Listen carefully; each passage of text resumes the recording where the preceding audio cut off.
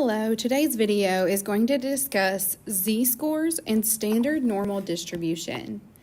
So a z-score is a value that shows how many standard deviations a data value is from the mean. When the z-score is positive, the data value is above the mean. When the z-score is negative, the data value is below the mean. And when the z-score is equal to 0, the data value is equal to the mean.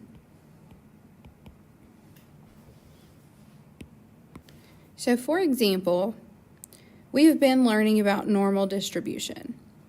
So here is our bell curve, and our mean is here somewhere. And then this is 1 standard deviation, this is 2 standard deviations, and 3 standard deviations. So for example, if these were test scores, so let's erase those and say that the average test score was a 78 and the standard deviation was 2. So that would make this 80 and 82 and 84. And it would go this way too, but let's just deal with half of it for now. So if I wanted to know the z-score of 81, that would be 1.5 standard deviations away from the mean. Because the mean is 78, the standard deviation is 2, so 81 is 1.5 standard deviations from the mean, meaning the z-score of 81 is 1.5. So that's just a generic idea of what a z-score is. To find a z-score, we're going to use this formula. This capital X is a Greek letter called chi. This is mu, and this is sigma. Those are all Greek letters that represent different things in statistics. So the z-score is z equals chi minus mu over sigma. So the data value minus the mean divided by the standard deviation. So for example, in number 1, it says a radar detector records the speeds of a group of cars that pass by. If the mean is 46 miles per hour and the standard deviation is 2.8 miles per hour, find the z-scores for each data value. We're just going to do part A together. And in order to use our formula, we need to have the data value, the mean, and the standard deviation. So z is equal to the data value, which is 52, minus the mean, which was given to us in the problem, it's 46, divided by the standard deviation, also given to us in the problem, that is 2.8. When we evaluate this, we're going to find that 52 miles per hour is 2.14 standard deviations above the mean. In numbers 2 through 4, the problem is basically going to give you 3 of the 4 variables in the z-score formula and ask you to find the 4th one. So in this problem, it tells us the mean number of total miles ran last week by each member on the track team was 4. So let's pause. It just told us what the mean equals. With a standard deviation of 1.2, and Clay's z-score was 2.5, and it wants to know how many miles did he run. So we want to solve for x, or chi. So we have 2.5 is equal to chi minus 4 over 1.2. So to solve for chi, we're going to multiply both sides by 1.2. That'll give us 3 equals x minus 4, which I've been calling chi, but let's be honest, it's an x. If we add 4 to both sides, we get 7 equals x, and then that tells us that he ran 7 miles. So standard normal distribution is a normal distribution in which mu, or the mean, is equal to 0, and the standard deviation is 1. the distribution is standardized by the z-score. So if you look at this, here's our chart. The mean is 0 and the standard deviation is 1. So if I asked you what the z-score of negative 1.5 was, it would be negative 1.5. So the value is the same as the z-score here.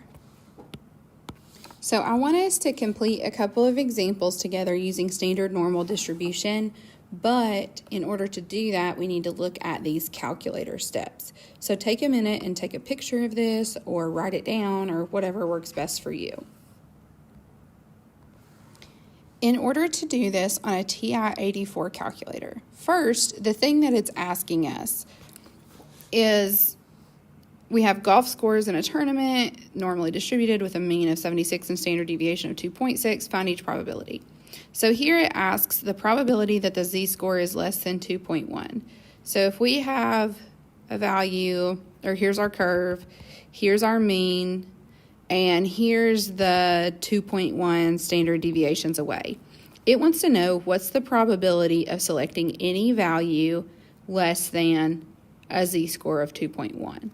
So our calculator is going to tell us what percent of the graph is shaded, and that is the same as our probability.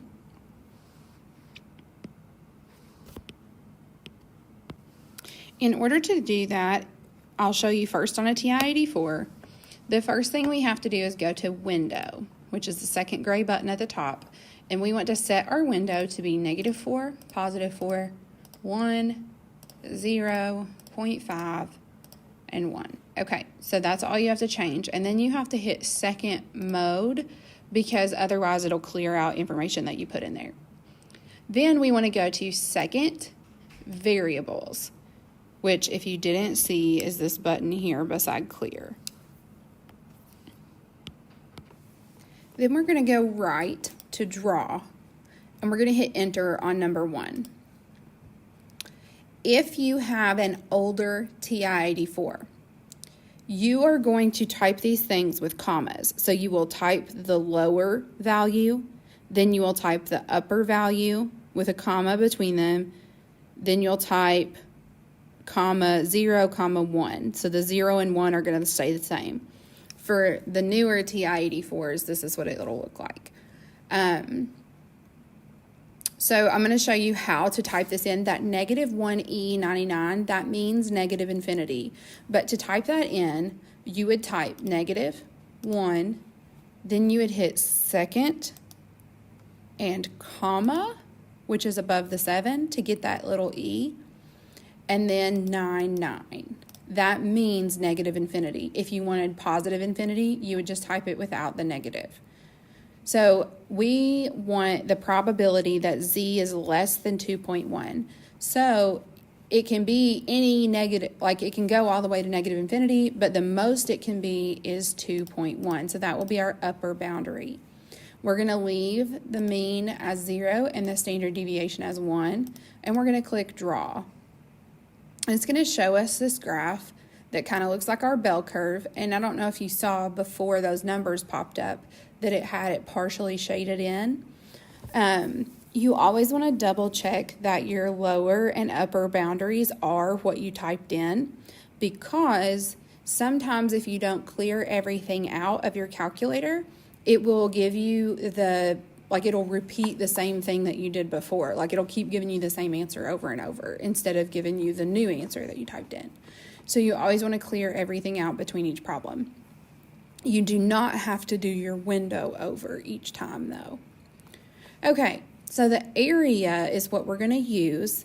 The area for this one is 0.982136. So we're going to convert that to a percent, and we're just going to call it 98.21%.